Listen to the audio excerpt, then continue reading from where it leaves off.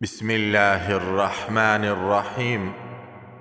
دل کو قابو میں رکھنا اور اختیار ہونے کے باوجود ناجائز خواہشات پر عمل نہ کرنا، یہی اصل مردانگی ہے۔ جو تمہاری رغبت کرے اس سے کنارہ کشی خسارہ ہے، اور جو تم سے کنارہ کش ہو جائے اس کی طرف رغبت ذلت نفس ہے۔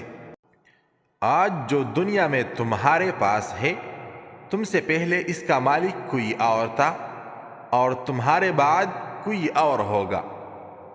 اپنی سوچوں کو پانی کے قطروں سے بھی زیادہ شفاف رکھو، کیونکہ جس طرح قطروں سے مل کر دریا بنتا ہے اسی طرح سوچوں سے ایمان بنتا ہے۔ جس عالم کو دیکھو کہ وہ دنیا سے محبت رکھتا ہے تو دین کے معاملے میں اس پر اعتبار نہ کرو۔ کوئی کمزور شخص تمہاری بھی عزتی کرے تو اسے بخش دو، کہ بہادروں کا کام معاف کر دینا ہے، اور معاف کرنے والا اللہ تعالیٰ کو بہت پسند ہے۔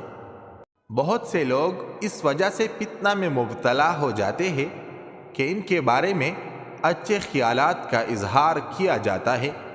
اپنا اچھا وقت انہی کو دے جو برے وقت میں آپ کے ساتھ تھے۔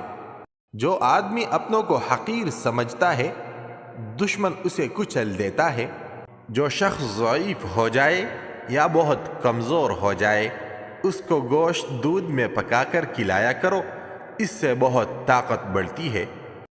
کسی کے ساتھ دوستی کرنے سے پہلے اس کی آزمائش اور امتحان کر لے۔